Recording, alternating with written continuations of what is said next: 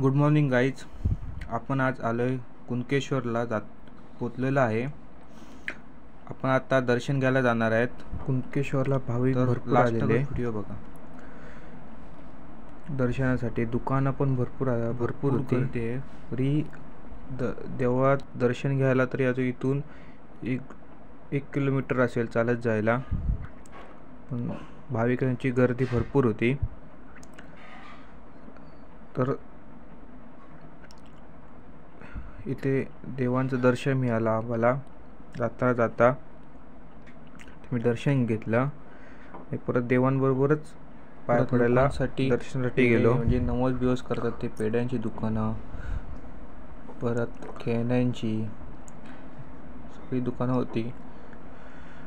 लोक इथे नावं बिव होती. परत देऊळ कुणकेश्वर देवळात आम्ही पोचलेलो. जास्त खेळण्यांची दुकानं भरपूर होती. कुणकेश्वरला खूप मजा आली.